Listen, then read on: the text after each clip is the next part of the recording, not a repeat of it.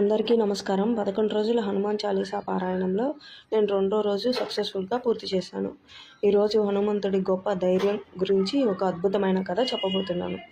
హనుమంతుడు నిజంగా సముద్రాన్ని దాటి లంకకు వెళ్ళాడా? అంత పెద్ద సముద్రాన్ని ఎలా దాటగలిగాడు?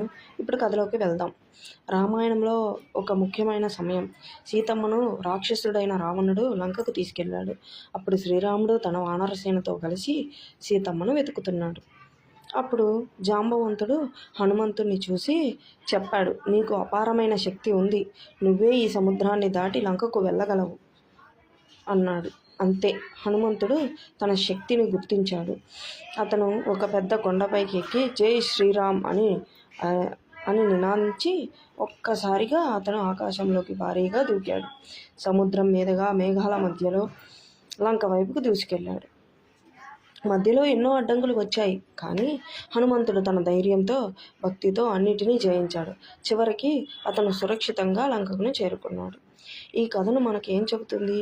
మనలో ఉన్న శక్తిని గుర్తిస్తే ఏదైనా సాధ్యమే. భక్తి మరియు ధైర్యం ఉంటే పెద్ద సమస్యలు కూడా చిన్నవిగా మారుతాయి. మీకేమనిపించింది? హనుమంతుడి ధైర్యం మీకు ఎలా అనిపించింది? కామెంట్స్లో చెప్పండి. డే 2 సక్సెస్ఫుల్గా పూర్తయింది కదా. రేపు డే 3 కథతో మళ్ళీ కలుద్దాం. వీడియో నచ్చితే లైక్ చేసి సబ్స్క్రైబ్ చేసుకోండి, షేర్ చేయండి with your friends. Thank you. జై శ్రీరామ్.